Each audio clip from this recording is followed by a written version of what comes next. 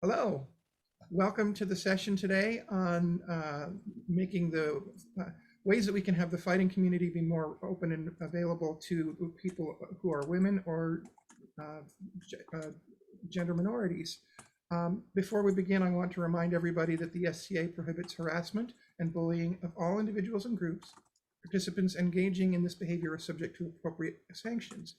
If you are subject to harassment, bullying, or retaliation, or if you become aware of anyone being harassed or bullied, contact a seneschal, president of the SCA, or your kingdom ombudsman. If you need help with that, I think that we have people that are room and lobby monitors that can help you make those connections. I would like to note that as we are being recorded, this will eventually show up on the West Kingdom's YouTube website under the DEI Roundtable playlist. With that, I think it's ready to turn it over to our panel here, and I'd like to. How do I turn it up? I'm sorry, say again? Yeah, okay, so if you're not on the panel, now would be a great time to mute, and I'll be ready to turn it over to Mr. Brigitte. Thank you very much.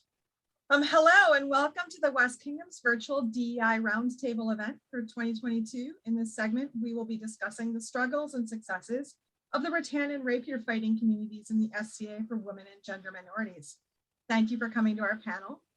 How this discussion panel is going to work, we have a structured series of questions for the first portion of the roundtable, where we will be discussing our experiences and answering previously submitted questions. After the series of structured questions, we will open the discussion panel up for a Q&A session in this live event. So please do, as questions arise, put your questions in the chat. We'd be happy to have them. Without further ado, I would like to introduce our panelists today, and they can give their additional introductions as they like. I'm going to start off with Sir Helge Skaldmar from the West Kingdom. Hi, I'm Sir Helge from the West. I've been a knight the whole of 3 years, so mostly during the pandemic. Woot woot! So I've been fighting off and on since I was 15 years old, and I have only ever lived in the West Kingdom. And so a lot of my experiences are very West-centric. I do travel a lot, so I've got experiences outside of the kingdom, including like major foreign wars and a lot of friends, from around the known world. But when I'm speaking about my experiences and my knowledge, it is very West Kingdom centric. All right, thank you, Sir Helge. Next up, I'd like to introduce Mysteri Rosa Marcella of the Kingdom of Antir. Rosa, take it away. I didn't think about that. What Sir Helge said, I've been a peer of Maester Defense for the last 3 years, mostly during the pandemic myself. Been fighting on and off since I was 8 in several different martial arts and all over the known world.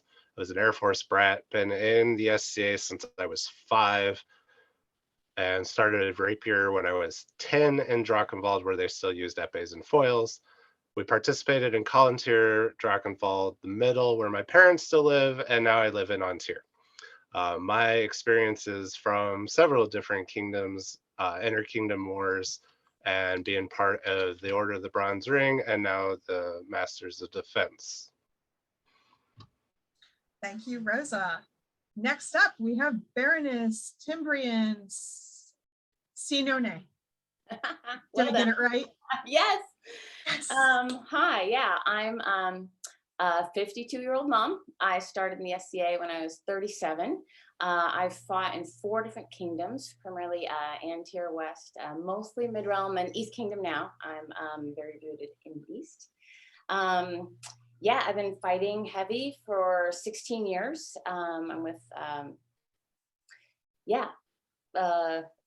I don't know if I already said it. I'm with La Familia Gladiatoria. The first 14 years I was fighting, I was really the only female in that group of pretty fierce fighters. And the last 2 years, there's been a big boom, a big influx of women and other minority genders with us, which has been really exciting. So I'm really happy to be here. Thanks for having me. Thank you. And I am Dame Brie McCummel, known as Brigid, because I can't pronounce my own name under any reasonable circumstances. I grew up in the SCA in the Middle Kingdom in 1995 as a teenager, and became an authorized fighter in 1998. I'm a member of the Bronze Ring of the of the Middle Kingdom, and then I moved to the East Kingdom. I'm a member of the Order of the Golden Rapier. Moved to Antir. I'm now a member of the Order of the White Scarf there, and also a Master of Defense. So I've moved around a bit, and all I would like to say is I would like for our economy to stabilize so I don't have to move ever again. With that, I will get right on into it. So some of the questions we were sent were community related, and then obviously some fighting related. So I'm going to start right up with some community related. What can we do to support and encourage each other's communities across the SCA? We have a lot of very siloed groups, like rattan fighters tend to be very siloed, rapier fighters tend to be very siloed, archery, equestrian. And what can we do in the various martial aspects to support these other communities and kind of break down some of those silos? Anyone want to start? Let's go with Sir Helga. Everybody start a betting pool right now about how many times I start talking before I unmute myself, because this is a good game to keep. I've also got a swear jar for you and I. I'm not sure who's going to win, but we'll go from there. Okay, what are you paying in? Because I will match, and then where are we donating it to? Probably some charity. We'll figure it out. Okay, we'll figure out a charity. I will match your donations. $1 a swear word. Yeah, let's do it. Okay, $1 a swear word. If anybody in the audience wants to match, we'll choose a charity after this, and then every time we swear, we will all add $1 to that and donate to a charity of our choice. Fuck yeah! Yeah. All right. So first question to you: what can we do to support gender minority communities in the various silos of martial aspects of the SCA? So one of the things that we can do is stop what is referred to as the crab bucket mentality. Is we are systemically taught that in minority communities to basically compete against ourselves for the right to be seen by a dominant community. And mostly within the SCA, our martial aspects are male dominated. And this is not shitting on any of our guys. This is Western standard culture, actually, and not like it's mundane Western standard culture, not just SCA West.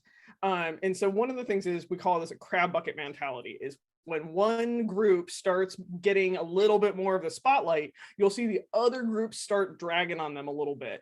And so like we saw this very much so between the rapier and the heavy community, whereas rapier was coming back into the SCA and gaining more ground, you saw the heavy community being much more aggressive verbally towards the individuals. And as minority communities, we have to be very, very conscious of this, especially towards other minority communities within our own groups even.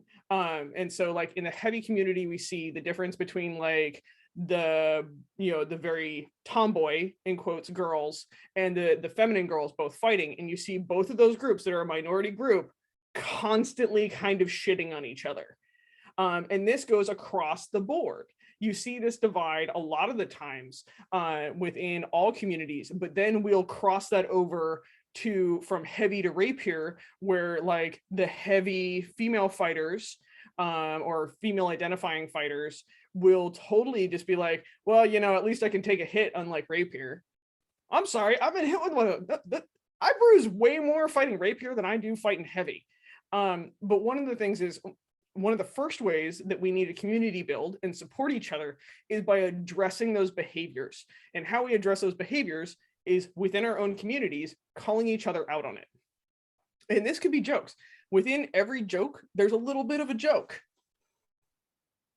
I try to use that anytime I think about when I'm about to make like some snarky or kind of mean comment. I'm like, oh, it's just a joke. Whoa, here, especially if it's aimed at another community portion. So if I'm like joking about rapier fighters, I actually don't, because rapier can joke about rapier, heavy can joke about heavy, but when heavy jokes about rapier, that's actually an aggressive action. That's a microaggression, and vice versa. And so we need to address that within the, the female identifying fighters of like, when we're like, well, at least I can do this. Like, no, they're out there too. Same with archery, same with equestrian, everything else like that. And we need to call each other on it. So when somebody makes a dumb joke like that, and goes, oh, but it's just a joke. Tell me why it's funny. Wait, I'll listen. Yeah. Like, why is this actually funny? And when we start doing that, it gets really awkward really, really quickly, and people are going to get hurt feelings. But it's also the way that we start getting our communities to talk positively about each other instead of negatively. Don't crab bucket somebody else. If somebody else is having a real good day, and even if they're a different discipline, build them up, push them out of that bucket, get them, like, let them go, let them free. Like, they survived the process. Let's go, like, celebrate them. And when that happens, we're going to start seeing a better foundation within all the communities. And I totally think I went over my 2 minutes. I'm sorry. It's okay. One of the things you mentioned in there that I really wanted to highlight is the term microaggression. And that's something that we're starting to really get into with a lot of awareness situations, is these microaggressions.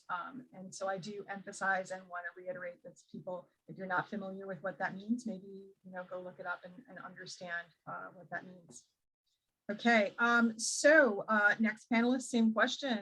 We're going to go with Baroness Timbrians. How can we support and encourage our communities? How can we break down these silos? Absolutely. For me, I really felt my own, like, I love the word silo, Helga, because I've been heavy, I was fighting heavy before I joined SCA. I joined to fight, so I didn't have a lot of experience or exposure to any other forms or people. And I felt the disconnect. So honestly, for me personally, at a level, it's like at Adult Swim, that's a great place to, wander to the back of that factory and like just watching and learning and asking questions from the people I don't know standing around me, like, why did that happen? Or who's that? Or who's the best one here? Why? Just a little bit of that. It really warms up, the environment, and we see each other later at a party. We have something to talk about. And it's just, there's a lot of big and little ways to kind of soften those edges for me. Adult Swim seems like such a really cool event, and I've not gotten to go yet, but there is some publicity plug for this cool event. It's just fighting, so much fighting. And I see so many rattan and rapier fighters intermingling. So that's a really great example. Thank you for bringing that up. All right, Misteri Rosa, same question to you. I think you'll have maybe some different answers for us. So growing up in the SCA and now being genderqueer, I've experienced both sides of male presenting and female presenting. I've experienced the back in Drachenwald and just moving to the mid-realm back in the late 90s, where rapier were called wire weenies. Even up through the early 2000s, I always heard from the heavy field, especially when they watch people that have practiced for a couple of decades. Oh, that's easy. I can just swap over, as we lay waste to some dukes. And then we go to the other side and get laid waste by dukes in heavy armor, because my dad and I understood a little bit about the cross-pollination and stuff about trying to get heavies to come over here. And the Middle Kingdom really tried hard with the bronze rings and the knights, because they recognize that peers, the leadership, is where they knew people would watch. And I saw it in the Middle Kingdom as a war kingdom, where we needed more bodies on the field. So they saw the issue that the heavy fighting in the rapier community was not really working well together, and it did not help us at war. So we saw these issues back in the early 2000s happening. So they asked Knights and Bronze Rings, like, hey, can you guys cross-pollinate for us so we can start to get more people on the field? And the Middle Kingdom kind of progressed from here, because we wanted more. We didn't want to rely on allies for numbers. We wanted more organic numbers, as the word I'm looking for. They asked us Bronze Rings to all authorize spear. Mm-hmm. For the Queen's Guard. I got my spear off just for that. And we were allowed to get sponsored by a knight, so we could only do spear if we didn't want to do sword and board. My dad and I did sword and board because we're like, if we're going to get authorized, we want to do it all. So I've done karate, rapier, heavies, cut and thrust, side sword experiment. I've been through all of it, seen it on the peerage side and stuff. So sometimes the kingdom can help, but then sometimes you go to new kingdoms and then you have to look at, wow, this is like 20 years behind from where I was at, and you have to recenter us. Instead of in the rapier grotto, now we're actually trying to get into by the heavies and everything. So also making us present on rapier sometimes and with the heavies fighting together, or some events we swap out who fights on the field too, to kind of be like, the populace can watch this one field as we take turns who fight. So I've seen some baronies here do that, but there's still a lot of things, because I came here and I was like, what do you mean you don't know where to put us? I thought this problem was solved back 20 years ago, but I forgot I was in a different kingdom. So I've seen the inner kingdom problems of the cross-pollination and trying to get us to all not silo each other anymore. All right, fantastic. I will finish off on this one. So for me, the silos are a problem that much like Rosa said, seemed like something we solved a while ago, and then every kingdom's different, and every kingdom culture seems very different. When I grew up in the Middle Kingdom, I was on the command staff for Rattan and then for Rapier. But the Mid-Realm did this thing where they had one general, and then they have a general for Rattan, a general for Archery, a general for Rapier. And those generals are all equal in rank. And so to be given the equality of being a Rapier general, to be the same rank as the general of Rattan was huge. So we restructured the entire army in the Mid-Realm to really be inclusive. And we started with this one army, Draco Invictus mentality, which today is manifesting in what is known as the Iron Man, where they give out a kind of populace generated award based on how many people can do the most war points. So if you're a Rattan fighter, you go fight Rapier, you do the archery war points, you do all the war points. If you're a Rapier fighter, you go and you fight, pull up a spear and do all of those things. And so it's really caused a lot of really great pollination. Two other things I wanted to mention. My friend Messia called me out on this recently, and a lot of it is one of the things we can do to support each other is to go to other classes hosted by women, go to other classes hosted by minorities. And I've heard some other panelists also emphasize that as a way that we can do to kind of support and get this cross-pollination. I guess one last thing I'm trying to do to build up cross-pollination of relationships and support. I just started up a coffee conversations group for our kingdom, where women and gender minorities can sign up to get a 30-minute speed dating basically on Zoom with someone, so they can get to meet people and thereby have better support by getting to know them. All right, well, lots of good stuff there. Let's go on to the next one. Gender minority representation can be difficult to assess because gender minorities are small minorities. So how should we be assessing this representation in the combat arts? Maestri Rosa, I will start with you for this one. So in modern times, and even if anyone came from my last class, the problem with gender minorities is a lot of us have to hide. A lot of us are going to try to present as cis as possible. And for those that don't know, cis is how you represent as you were born. Trans is you represent something different. So a lot of us try as quickly to be as cis as possible for fear of life and abuse. That makes it hard for us to be inclusive with gender minorities outside of inclusive kingdoms. I have 2 to 3 very open friends, a couple peers that are very open, but way more that aren't. I have a bunch of friends in the SCA, rapier heavies, that are trans or gender nonconforming that are not out about it, not able to be out about it. So it is extremely, extremely hard to represent, besides being peers and leaders and stuff, and being and knowing our privileges to be able to represent a community so they know we're out there, but we understand that you guys can't always have a voice. Okay, thank you very much. Anyone else on the panel want to tackle this? Sir Helga. So how we should tackle this is by letting them have their identity. So a female fighter should be able to say they're a female fighter. A trans fighter should be able to say they're a trans fighter. You can put as many caveats in front of fighter as you want: archer, equestrian, anything. Part of the thing that we need to actually shoot in the foot is a fighter is like, I see no gender on the field. That's gender erasure, actually. And it doesn't help the community. It doesn't help our trans feel safer saying they're trans on the field. It doesn't help, our women saying like, well, but I'm female and I fight.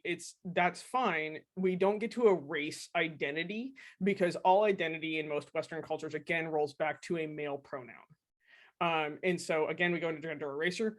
I would like to note, I was really bad about this. I was 100% raised to be like, I should be accepted by one of the boys. So a fighter is a fighter. And once the boys accept me, then I'm a real fighter. And I had one of my female friends that I hurt really badly by this. And she's got some wicked talent. And she also just reminded me, she's like, you don't get to take away my gender because it makes you feel more accepted. And I took my little toe beans and I went and had a bunch of thoughts about that. And I realized she was right. Whatever you want to be called on the field, I will call you that. However you identify, I will respect that, because your identity matters on the field. A fighter is a fighter is a fighter, comma, and they can be queer, they can be bi, they can be trans, they could be non-binary, anything. I don't care, but I'm going to respect that they care. And it matters to them because that's their identity. And once we start doing that, we're going to start seeing a lot more of those communities feel seen enough to also be voices on the field. Your Excellency Timbrian. No, that was beautifully said. Thank you. Okay. Yeah, I remember I was at my only add into this. We were doing a panel at Penzic for women in rapier, and a very well-meaning gentleman with 2 daughters that he wanted to get into fencing was like, well, I don't see identity, I don't see gender, I don't see any of that. And I was like, whoa, whoa, whoa, like a minority's never been helped by telling them you don't see them. Like, I understand you're trying to be well-meaning, but it's actually really important. There are differences and we need to be seen. We need to have our own voice and our own identity. And I'm sure it's like that for many other minority groups. Oh, this one's a good one. So what is implicit bias? We got together before this panel and decided we needed to address this definition. And the definition we picked is, rather than being neutral, we have a preference or an aversion to a person or a group of people. Thus, we use the term implicit bias to describe when we have attitudes towards people or associate stereotypes with them without our conscious knowledge. Who wants to start with this one? I'm sorry, there's a question that goes with it. I'll read the question first. How can someone go about recognizing and addressing implicit bias in themselves and others? And really, what can you do when it happens to you or those around you? What can you do to help alleviate this? And what can you help to find it in yourself? Baroness Timbrian, I have not started with you yet, so I'll put you in the hot seat. Yeah, this is a big one. I feel I'll speak for myself. That's all I can do. Definitely, I have. I think we all have experiences of seeing that in play. I have, of course, seen it in play with myself and also with other women who I was even just talking about training and bringing in. I would see bias come up before they ever even got an armor. And for me, I do my best to work on being really honest with myself about my motivations and intents. And also, I mean, I started fighting at 37, and I actually come from a pretty male-dominated career. So I'm used to being like, I'm gonna absorb what, I need to absorb, ignore what I need to ignore, to just focus on why I'm here and what I need from these people, whether it's other women or men, being like, okay, I'm focusing on this. This is what I want from you.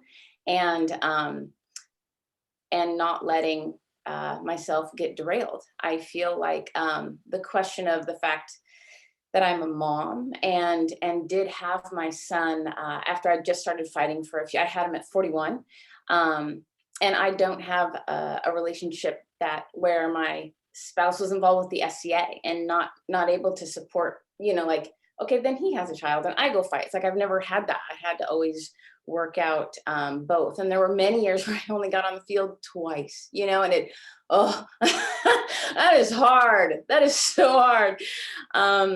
And I've since learned that there's so many other communities for childcare sharing and things that I just didn't even know how to access back then. I was so overwhelmed. But it doesn't always feel fair all the time, but I'm sure everybody has their own life and experiences, and it's just up for me to focus on the resources that I have, remembering to reach out to other people and focusing on why I'm there and what I want. I don't know if that's clear enough, but that's how I've kept on going. One of the things that came up in our pre-meeting was the bias that men can have children without sacrificing their fighting career, but women are not really able to get over that bias.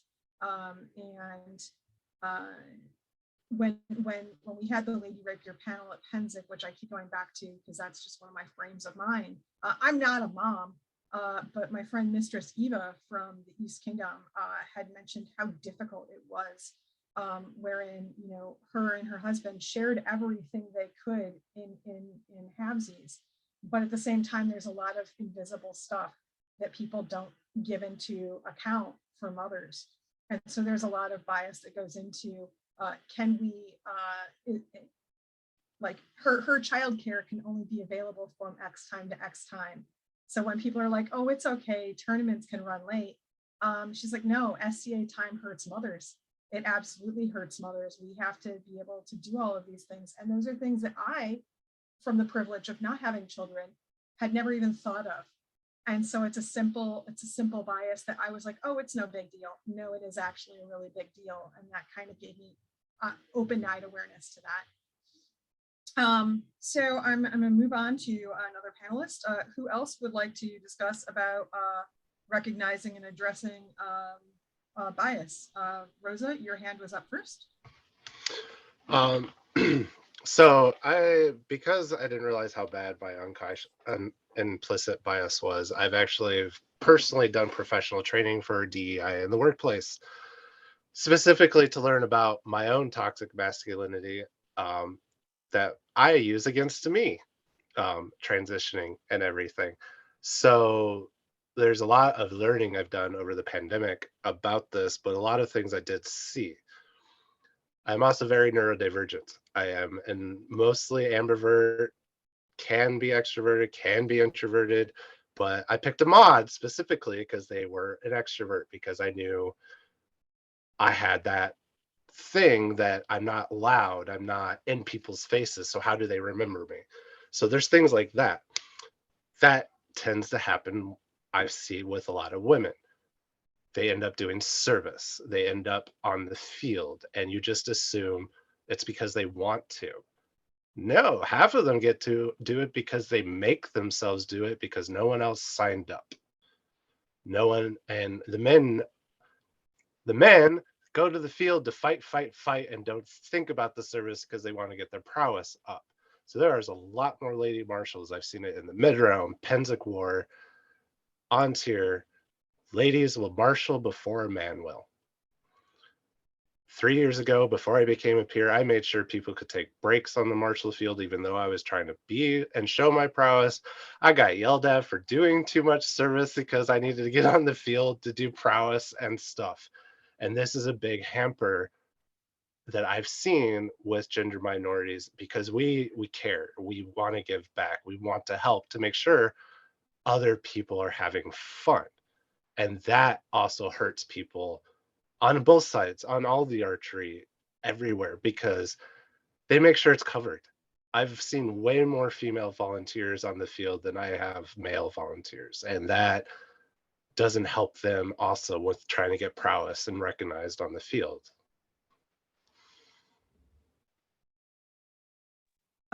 That's a fabulous thing to point out. I remember a conversation I was having at Pennsic with Mistress Natalia of the East Kingdom, and she had said that one of the things that women tend to do is we give them that stick, right?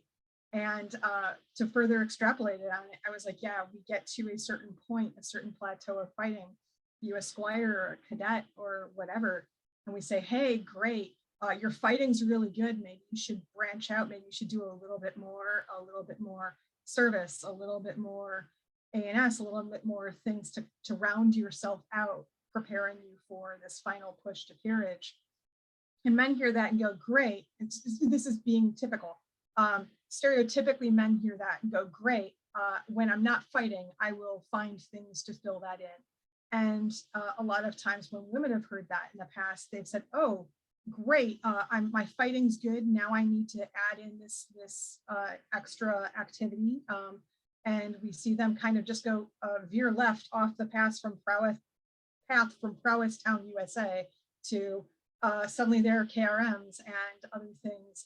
And they're focusing on the stuff we told them to focus on, but not keeping up their fighting is the most important thing. So, okay, great.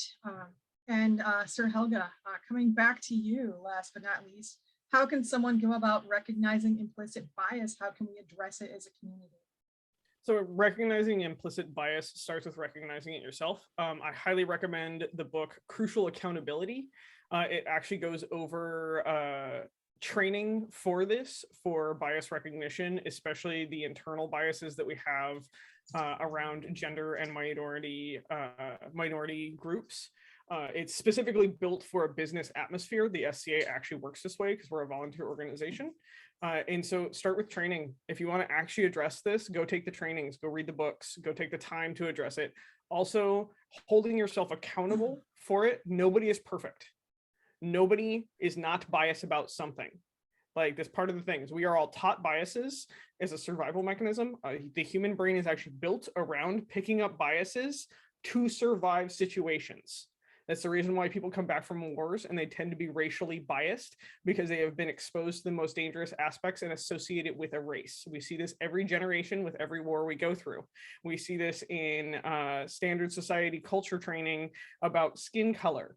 And so we have to recognize our own biases before we can start addressing them in others, because if we do not hold ourselves accountable, we cannot hold others accountable, especially within the SCA.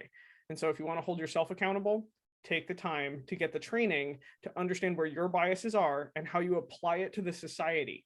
Choosing marshals that are female presenting, asking a woman to serve on court before you ask a man to serve on court.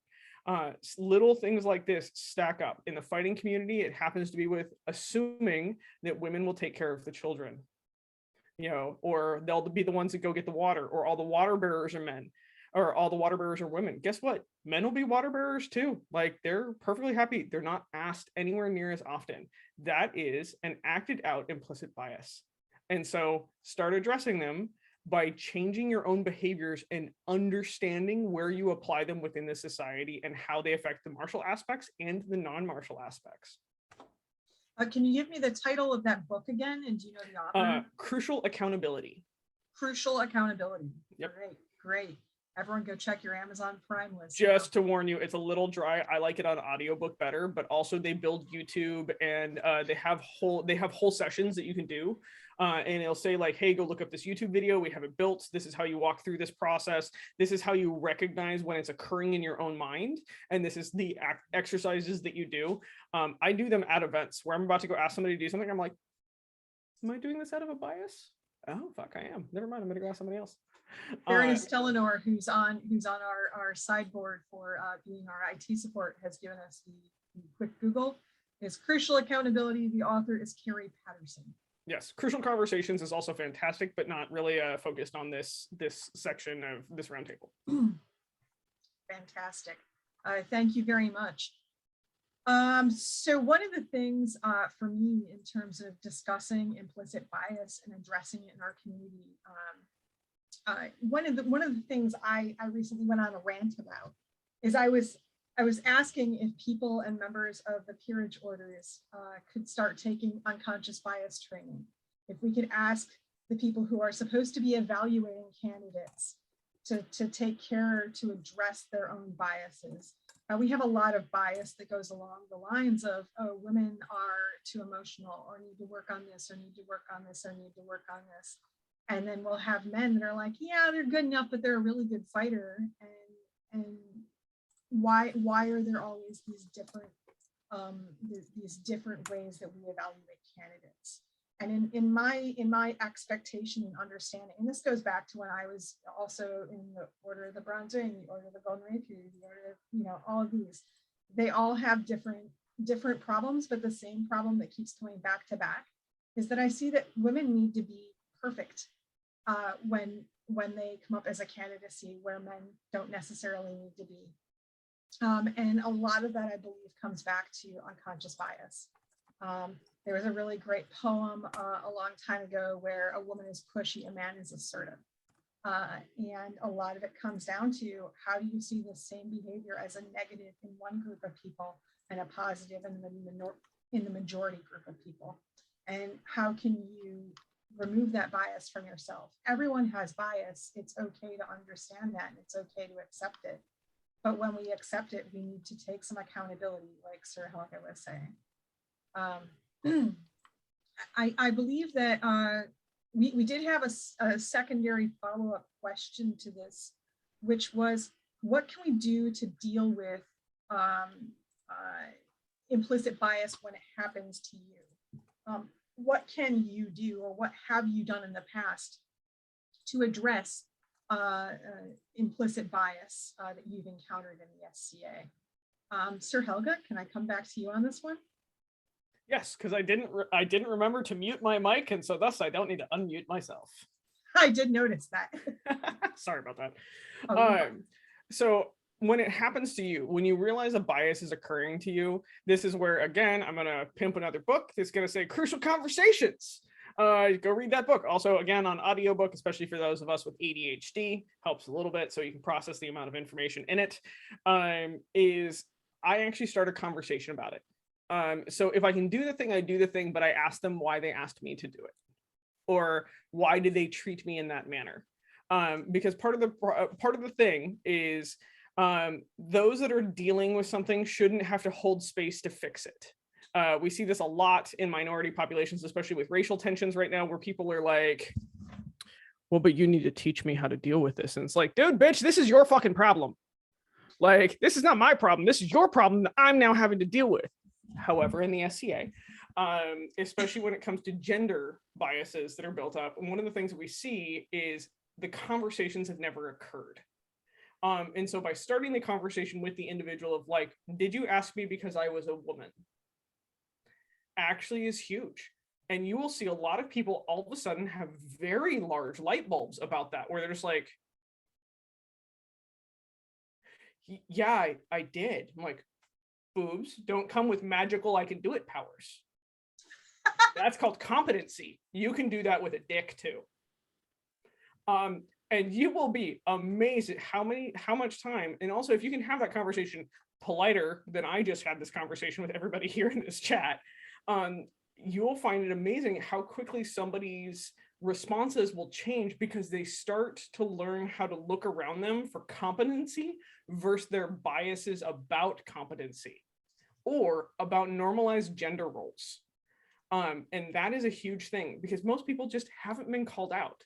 But if you're going to call somebody out, you have to call it out in a way that they can hear it and you can create conversation around it. As peers, it's our job to hold space to create those conversations, even if we're the ones that it's being applied to. Congratulations, welcome to peerage. Do the thing, be better. And that's something that we all have to look for in that. And so this is where that is. When it happens to me, I will politely call it out. I will have the conversation.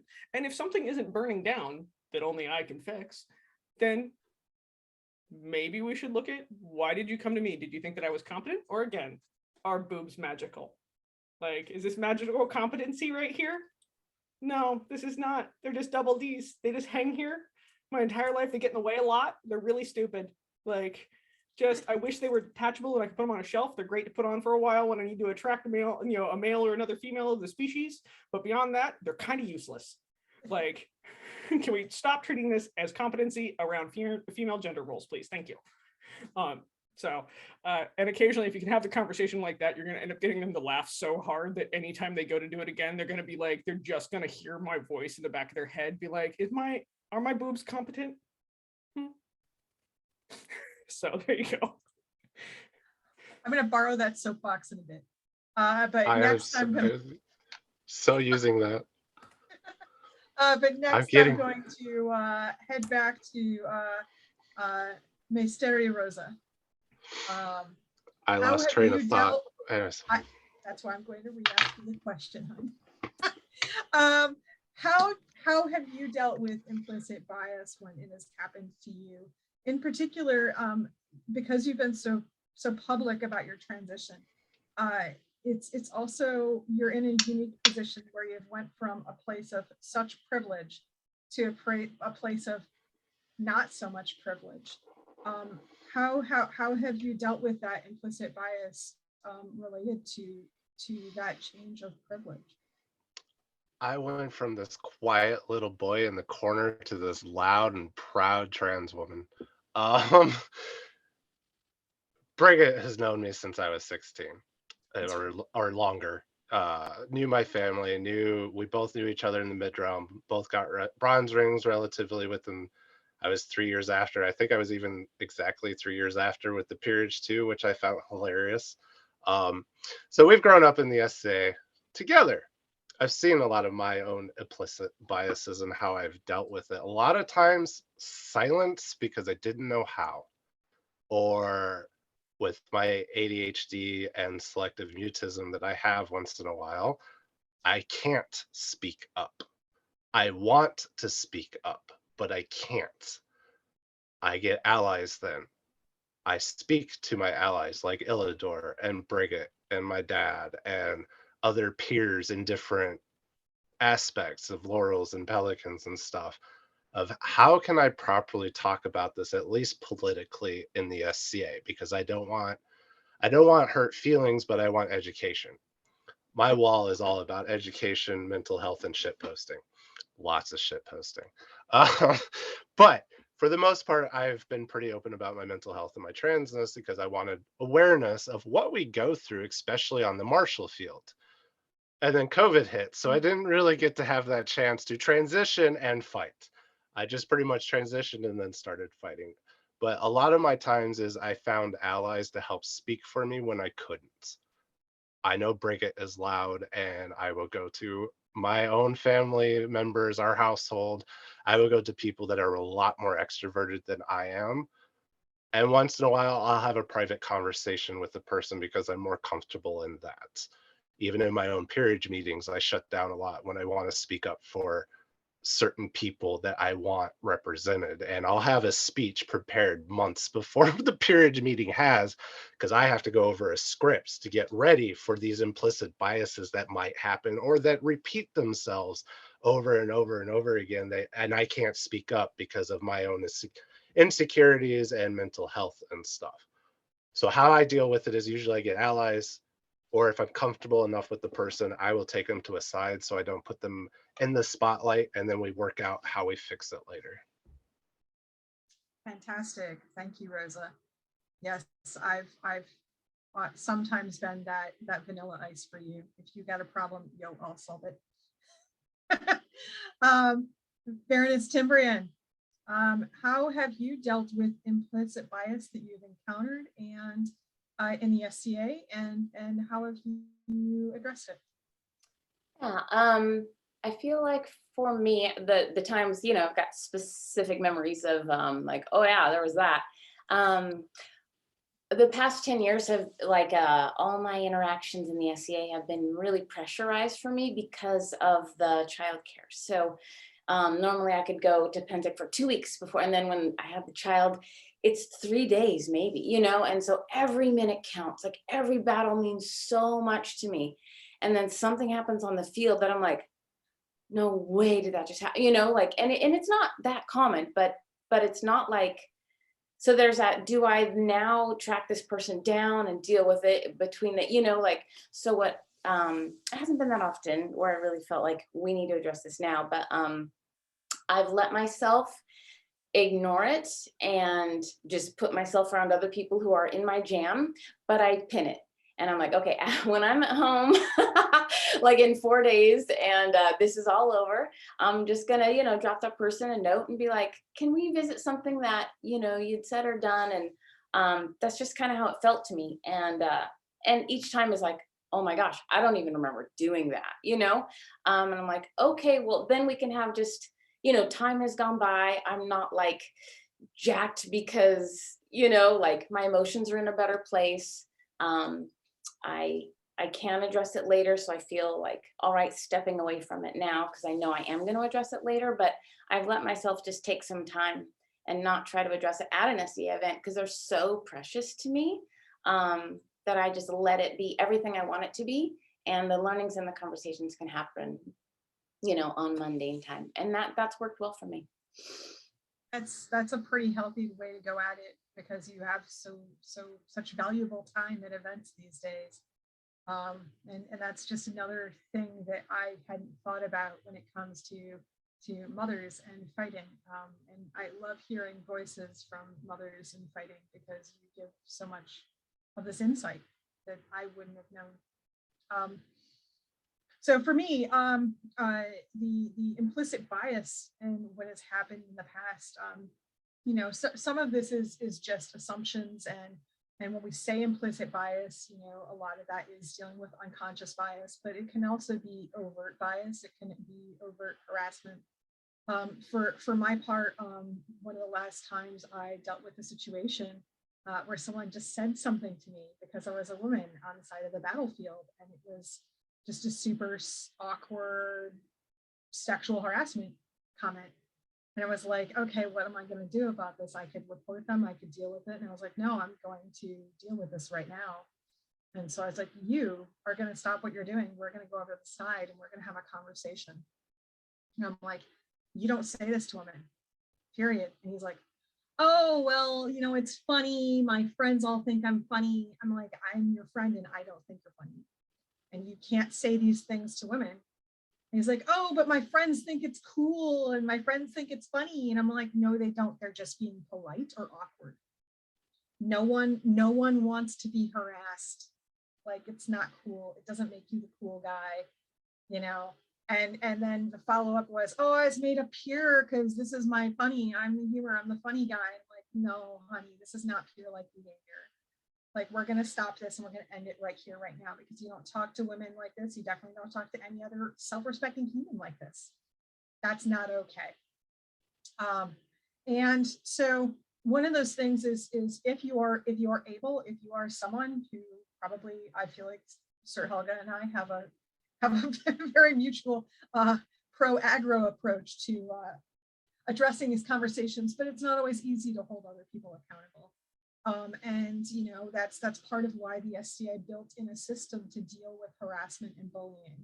And one of the best things you can do when you feel like there's someone having an implicit bias against you is to talk to your local seneschal, talk to your local group head, like your local baron or baroness, or just talk to, a friend who you trust that you think can address this in a tactful situation.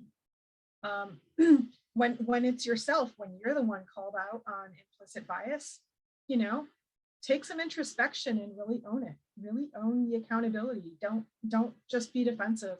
If someone comes to you and says, hey, you said this super insensitive thing, stop and think about it. Sit with it. Like Sir Helga was mentioning in her story.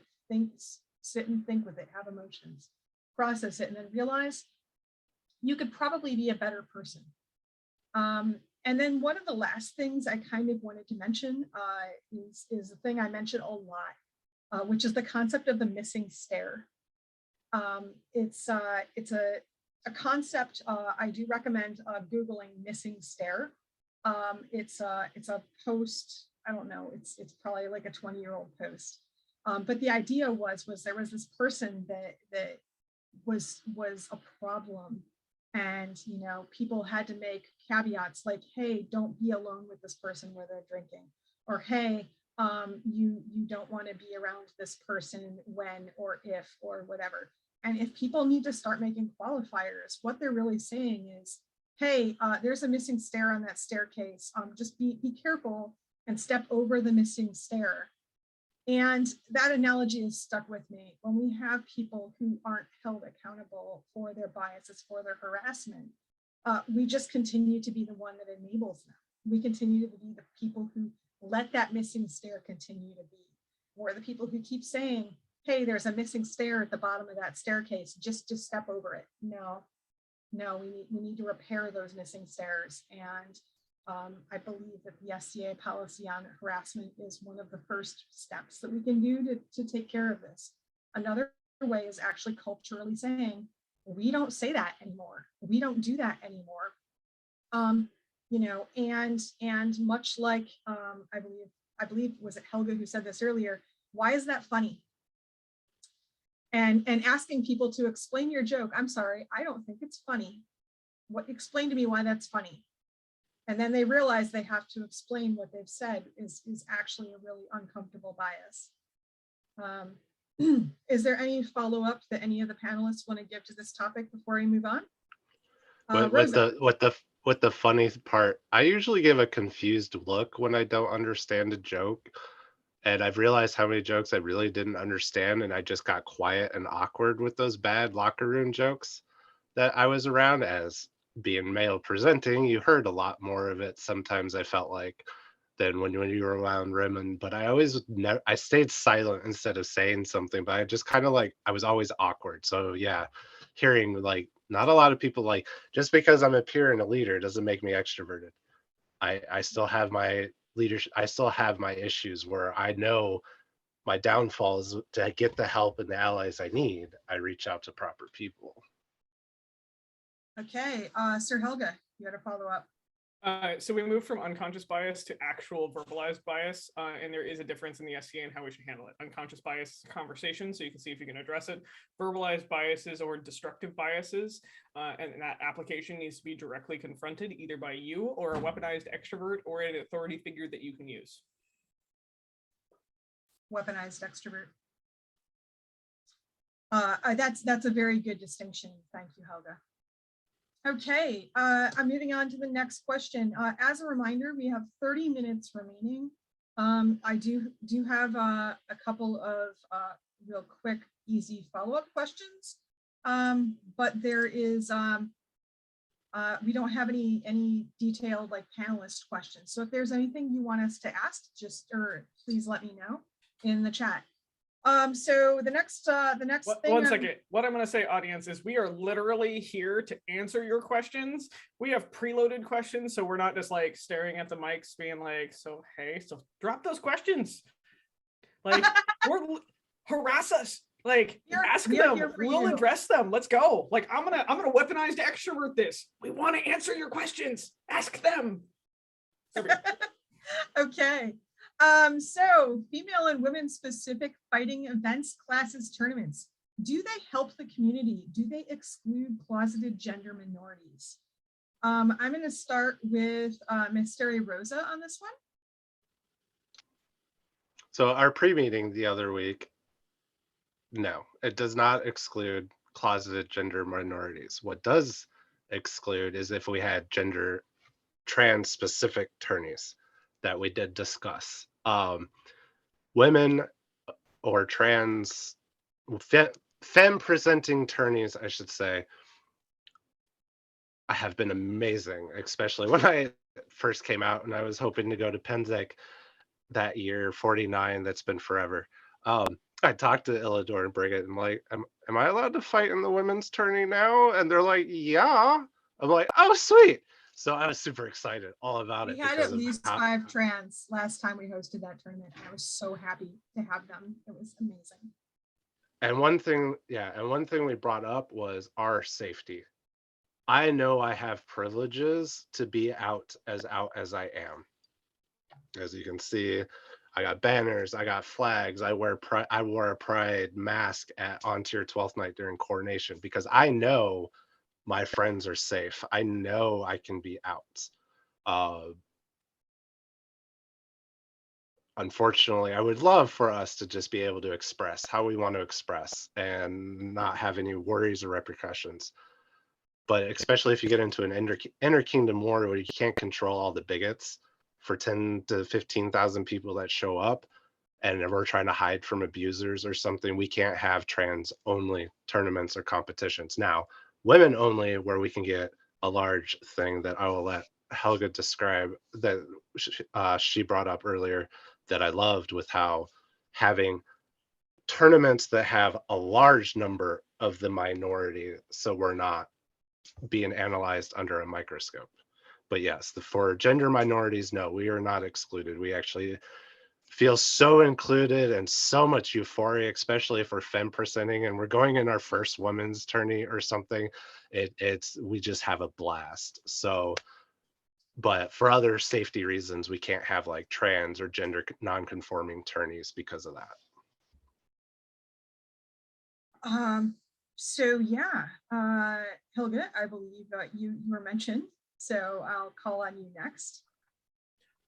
So the question was, do female specific fighting events, classes, and tournaments help the community, or do they, exclude closeted, or like, I will say safety seeking versus closeted. Closeted, I actually think is a little bit, it's had a bunch of trans friends be like, don't call me closeted. Okay. They still need the safety of being anonymous. And so what we have here is there's a good balance to make here of, I used to totally be one of those toxic female fighters. We're just going to put that there of, I understand that I had a ton of those biases. Oh my God. And I was bad because also I was popular. So popularity and also being a biased asshole, great way to be just the worst one of us. And so I've tried to address a lot of that. And one of the ways I addressed that is how I saw female fighter only tournaments and why they work in some situations and they don't work in other situations. We need a critical mass. So it's not just 2 or 3 of our minority fighters going out or gender minority fighters going out and representing there with a bunch of other fighters standing around being like, well, they can't throw a flat snap. Well, there's this. I'm going to be here and I'm going to stick my thumbs in my belt and I'm going to judge instead of being supportive. And so it's turned it into a circus. But when we hit a critical mass of ability and participation, we start seeing a what we call a draw or a magnetic force that shows up. And so we have more people coming out of the woodwork to join, because what is currently going on with that is they're given a space to be completely themselves and incredibly safe, because it is basically divided out. And in this, we have like some very big wars that can support this and everything else like that. And so it's basically kind of like a bridge into more of the fighting community. It's saying, hey, look, come out, be exactly what you are. And then like it's a bridge into the other fighting communities. You can participate or not. I will tell you, as somebody that used to not support them at all, if there's a female fighter tournament going on, I put my rig on and I go out there, especially as a female knight. Because the more of us that are out there and in these tournaments, especially that, you know, are wearing a white belt or can just murder a fool, the less of the circus aspect that occurs in the process. And so those younger fighters, those fighters that are learning, that may not have a solid flat snap yet or are very awkward in armor, can still come out there. And you want to know what? They have a riot. And it helps build community and it helps build identity and it does all these other things for them. And so I'm actually a supporter, but you want to make sure that if you're doing something like this, you have the mass behind it. And you also have a couple weaponized extroverts that when somebody's standing on the sidelines and been like, well, that little girl can't throw a flat snap, that they'll just be like, shut the fuck up, douchebag. Like, You get that one for free. no. I'm paying into the jar. The Okay. idea, this jar is for a good resource and I am supporting this. And also they're going to have to bleep us out when they put us on the YouTube. And so that's one of those things is this is where it's coming to its full circle. One of the things that we want to avoid when doing these tournaments is, I'm actually going to use the term that I said I wouldn't say, is manipulated tokenism for marketing. You cannot take a minority group within the SCA or any organization and decide that you're going to do something as a marketing fucking gimmick for the society. When you do that, you're just as bad as that dude standing on the sidelines being like, well, that little girl can't fight. You don't want to know what? That's where you cannot weaponize our token, you know, our token minorities into something that says the society is more equal. You cannot do this because what it does is it takes away all the power you are trying to give somebody by doing this thing, by giving them space. So you have to walk the line by creating a culture that will allow them to happen without turning it into this thing where it's like, but look, we're equal. We don't have sexism. Yeah, we still have sexism. We still have racism. We still have bigotry in the society and we need to address it. And unless you say we can have this thing while also addressing our systemic problems, you are tokenizing a minority within the SCA and you need to fucking check yourself at the door. So please have female fighter only tournaments. I will support you. I will even help market you and I will show up and I will fight. But as soon as I feel like you're trying to turn me into a token for your marketing campaign, I will tell you to suck a cold, dead dick.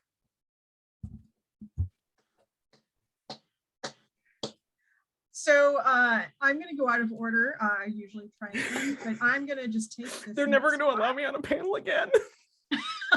I know. They won't let me here either. So You're just getting positive reviews in the chat room. You're good. So the Lady Rapier tournament at Penzic, I marshal that. I'm the lead marshal along with my friend Ilidor, who co-marshals me on alternate years.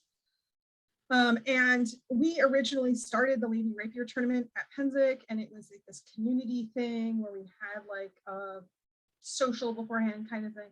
And then it went fallow for a year or so. And then another group came in, and it was a group of dudes who were like, we should make a girls circuit.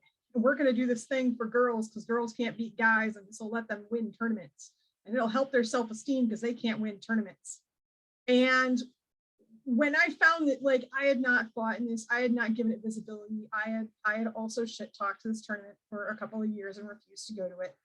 And so finally I was like, hey, I should go check out what this is, because a bunch of people were telling me they're brand newly authorized female fighters from a barony just over. We're going to go fight in this. And I was like, oh no, oh no. And so I got on my armor and I went there, and I was the only white scarf equivalent in the tournament that day. And there were only 11 people there. And 4 of them were newly authorized fighters from this one barony. And I went around and I started asking other women fighters, hey, why didn't you go to this tournament? Why aren't you doing this? And they're like, because it's just this group who wants to host it that's just exploiting it and making it about their women fighters getting to win tournaments.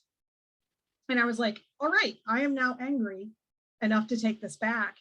And so Illidor and I took the tournament back, and we have been hosting it for, God, I don't know, 5 or 6 years before pandemic at this point, where we took it back from this other group that was deliberately abusing the tournament in a way that was a manipulated tokenism for marketing.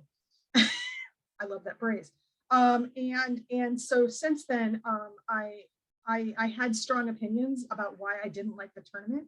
But I also had very large concerns that if we were ever to stop being the guardians of this tournament, it would be abused again. It would be something that was taken away for tokenism. And since then, we have grown back to around 45 fighters from at least 12 different kingdoms who show up to this tournament.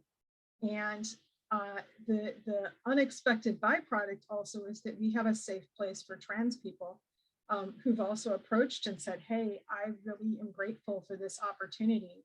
And we've also had a lot of young women fighters who are like, I wouldn't have had a chance to meet this many maesters of defense. I wouldn't have had a chance to fight this many donyas.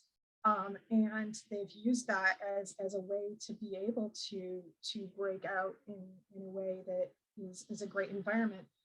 Some people need safe spaces and some people don't. And it's up to those of us who can provide those safe spaces to do that. And whether or not I originally thought it was a good idea to be doing this tournament, it's now something I'm going to host until my very last dying breath of going to Penzix. So I do believe that there is a great place for women-specific tournaments and women-specific classes. However, to flip that over, I've been asked by people who are like, hey, can we do this at like an in-kingdom thing, or can we do this at a local level? And I'm like, no, it doesn't work for smaller groups. And part of that reason where it doesn't work for smaller groups is because then it just becomes, oh, it's the girl pool. And it's just the girls over there to fight, versus something where we can actually be productive and create a larger space for inter-kingdom like communication and networking. And so that's kind of where I'm at on that. Baroness Timbrians, did you have anything you wanted to add on the topic of women in women-specific fighting classes, tournaments, or events? Yeah, I think exactly, we're all,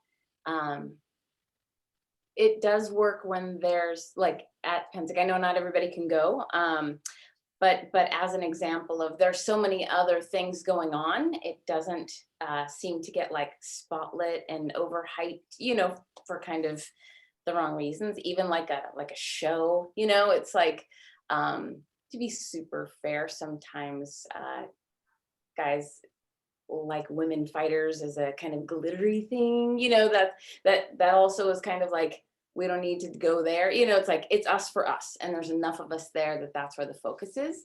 I will say, especially like my first year fighting back after having my son, there was a tournament at Penzix called My Mom Can Beat Up Your Mom.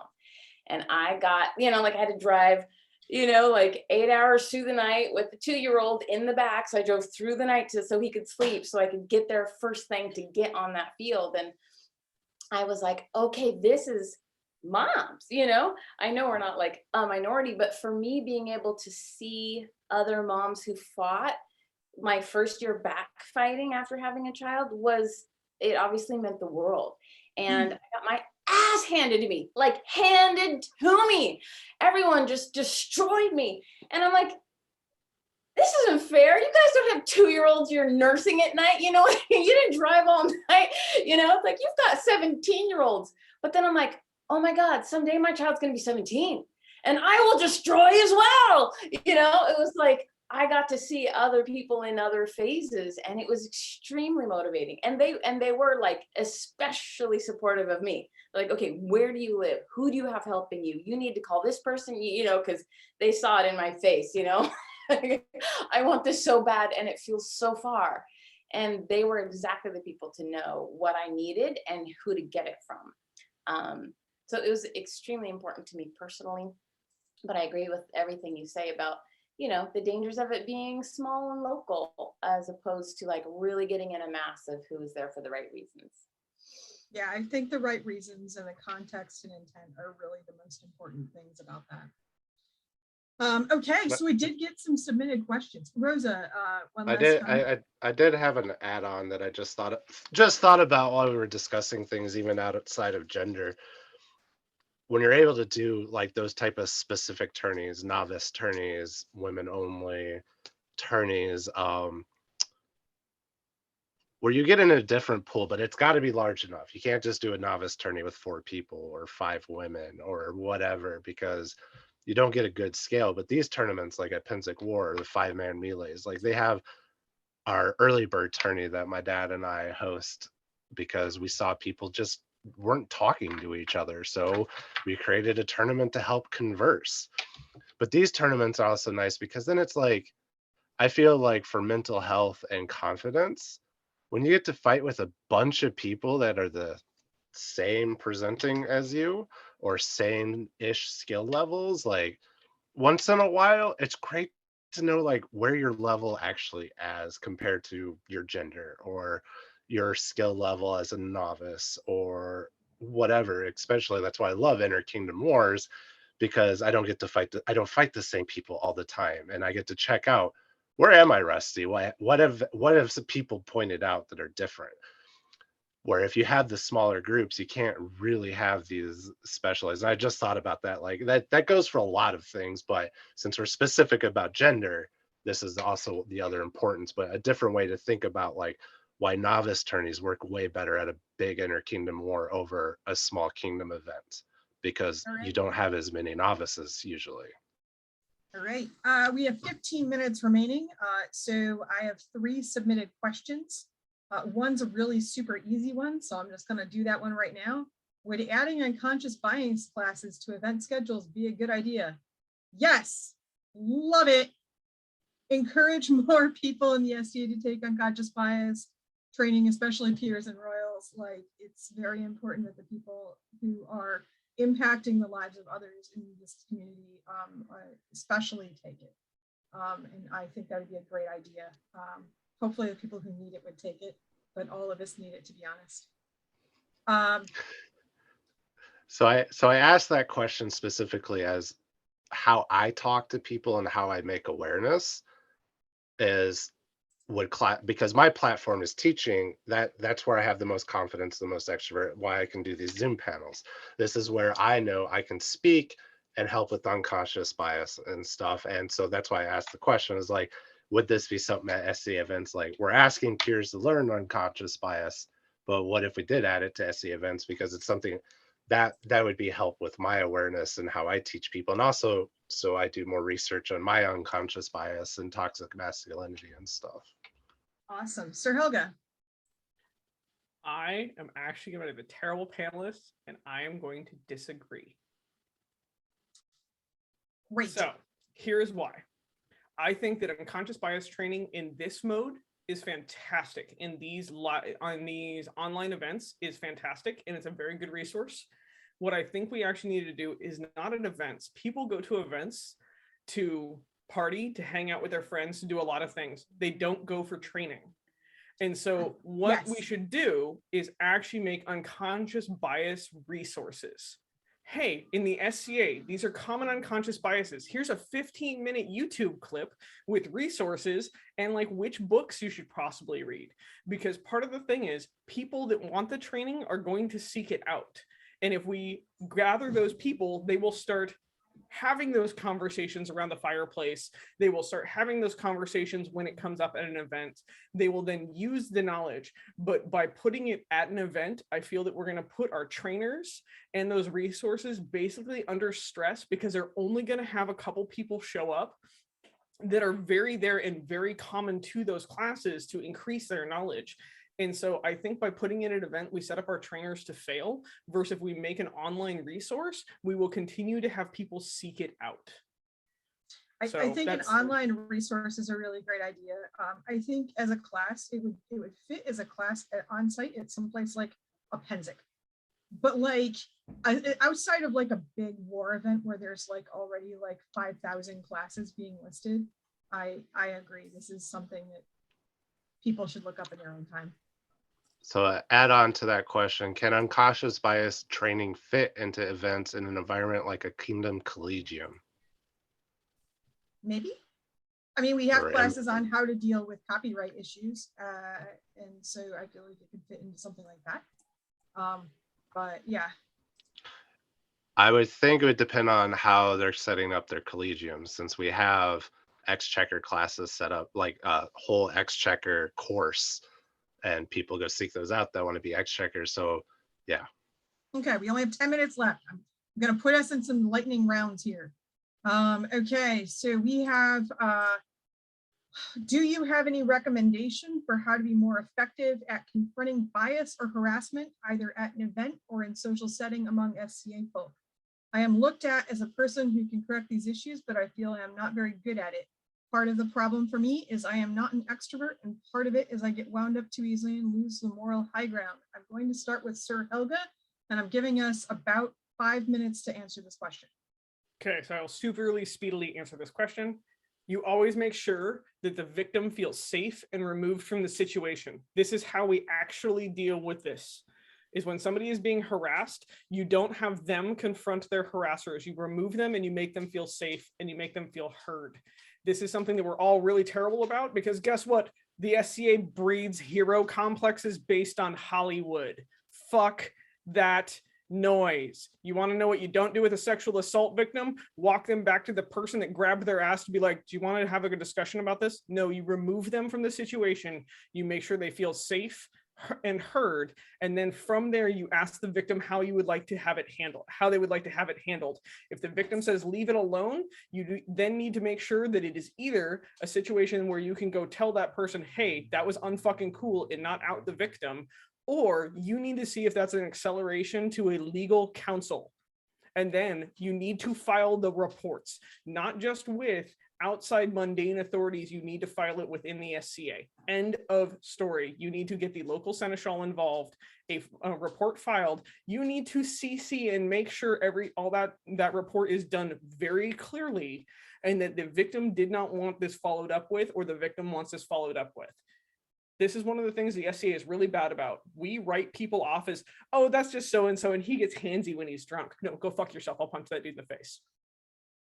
But here's the thing, is we do not do victim handling. We want to go have a hero complex where we're just like, I will now go right the wrong and I will save the maiden and ride away into the sunset. Guess what? That maiden may not want to be fucking saved. That maiden may just want to be out of the goddamn situation. Okay? Once that's done, then you can decide. But from there, if you have somebody that there's the excuse of, oh, that's just so-and-so, it's time to have a conversation with them. And the best example I have is a personal example, and I'm not going to use names. A very dear friend of mine is known as one of those people. That had never been brought to his attention, ever. And I walked up to him one night and I was like, okay, I am your party safety buddy. And he's like, what? I'm like, you are known for getting handsy when you're drunk, so I am now your safety buddy.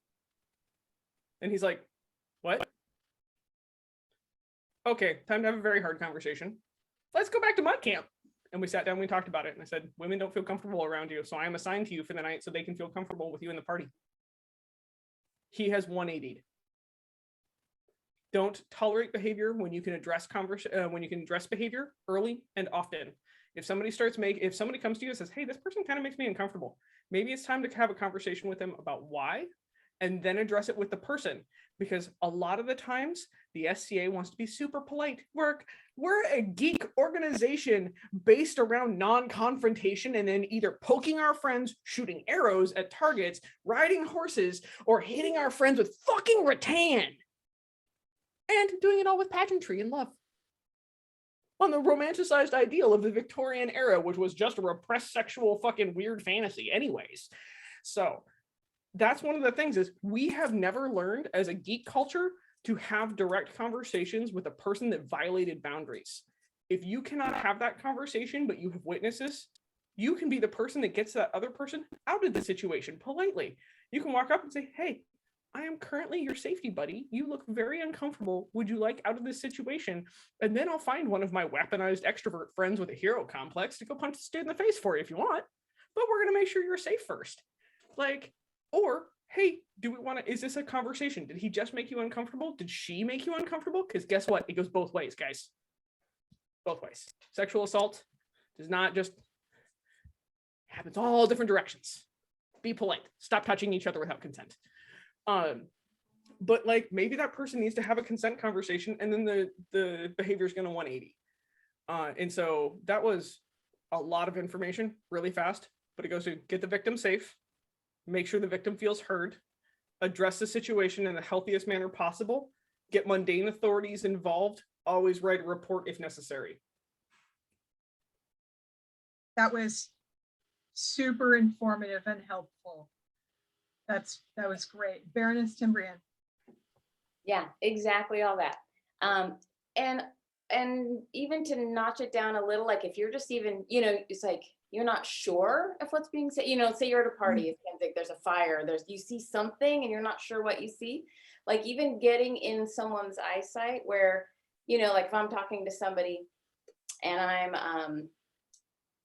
have someone coming to me and you're not sure whether this is something I want or not, even just a little like behind me being like, like there's little subtle ways where I could just be like, get him out. Like that check-in about like how we want support, how I would want support, rather than this is my chance to be a hero forever. It's like, do not want that. I do not fucking want that ever.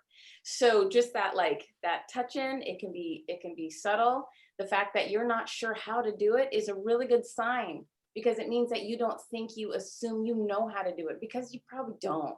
So I think your instincts are exactly right to just go in with an openness and learn when you're there. 1000% I kept like nail on the head. Rosa, do you have anything briefly to add? Nothing that's not triggering for me right now. So no. Understandable. We are basically at time, so I am going to say thank you very much for coming. Thank you very much to Sir Helga, to Maesteri Rosa, and to Baroness Timbrian, and to the lovely Kingdom of the West that is hosting us, as well as the Barony. I will pass it over to Baroness Telenor. All right. Well, I wanted to thank the panel. You just did it, so I'll go with that. For those of you playing along in the home game, the count of the swear jar is 20, near as I can tell. It's way lower than I thought it would be, so I'm out. This recording. When did you hear the other swear words? I only got 12. I love we can, and that brings me to my next point, is that we can look at the recording as it's posted on the West Kingdom YouTube site under the DEI Roundtable and confirm that later. With that, I just wanted to thank not just the panel, but all the people who came to visit, bringing your questions and addressing this important topic. So thank you all, and the recording is stopped.